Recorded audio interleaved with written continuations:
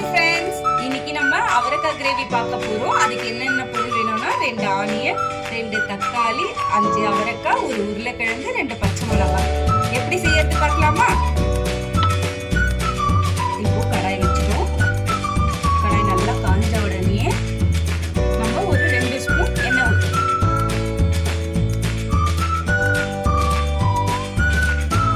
இப்போ நல்லா கடாய் காஞ்சிச்சு. இப்போ நம்ம 2 ஸ்பூன் எண்ணெய் ஊற்றிக்கலாம்.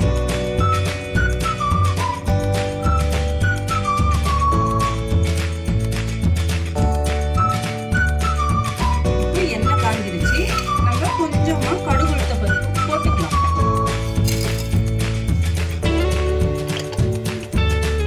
இப்போ பார்த்தீங்கன்னா கடுகு நல்லா பொரிய ஆரம்பிச்சிருச்சு.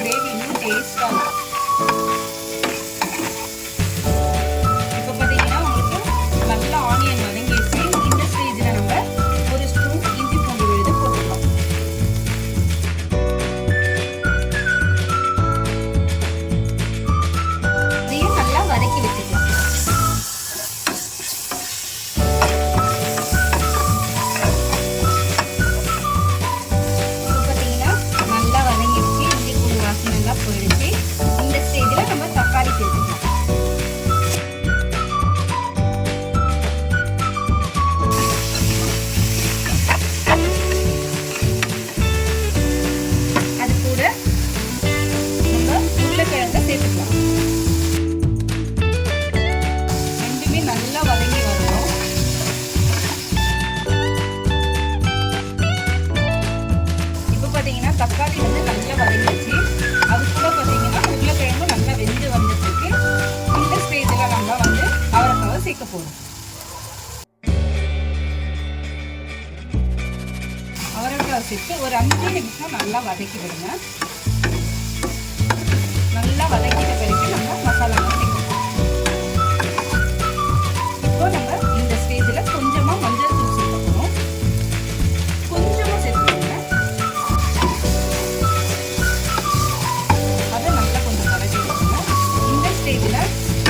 மிளகாத்தூள் சேர்க்கணும்.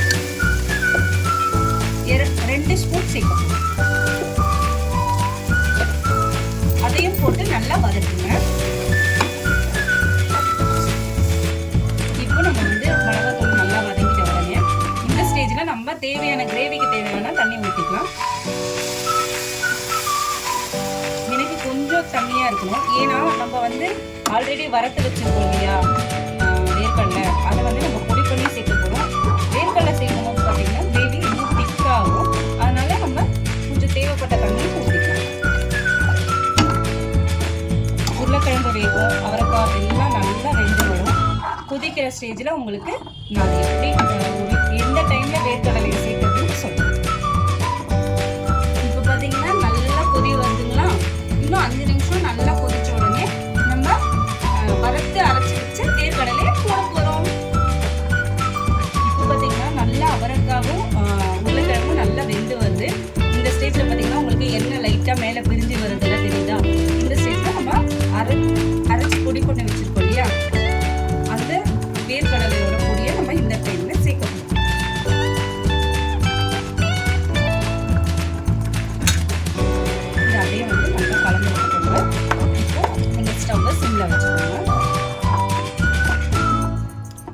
வீடே மணக்கிற அளவுக்கு ஒரு நல்ல கிரேவி ரெடி ஆயிருக்கு.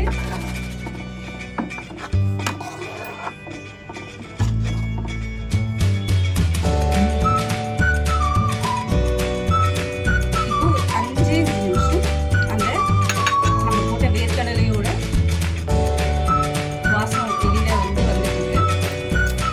இப்போ எண்ணெய் பிரிஞ்சுக்கணும். மேலே வந்த உடனே நம்ம கொத்தமல்லி தலையை போட்டு ஆஃப் பண்ணிட்டா கிரேவி ரெடி. இப்போ பார்த்தீங்கன்னா நல்லா எண்ணெய் பிரிஞ்சு வந்துச்சு. இந்த டைமில் கொத்தமல்லி போட்டுட்டு ஆஃப் பண்ணிடலாம். இது வந்து சூப்பராக இருக்கும். சுட சுட சாதத்துக்கு இன்னும் அருமையாக இருக்கும். நீங்களும் எல்லாம் ட்ரை பண்ணுங்கள். செஞ்சு பார்த்துட்டு எப்படி இருந்தது சொல்லுங்கள். தேங்க்யூ, பாய்.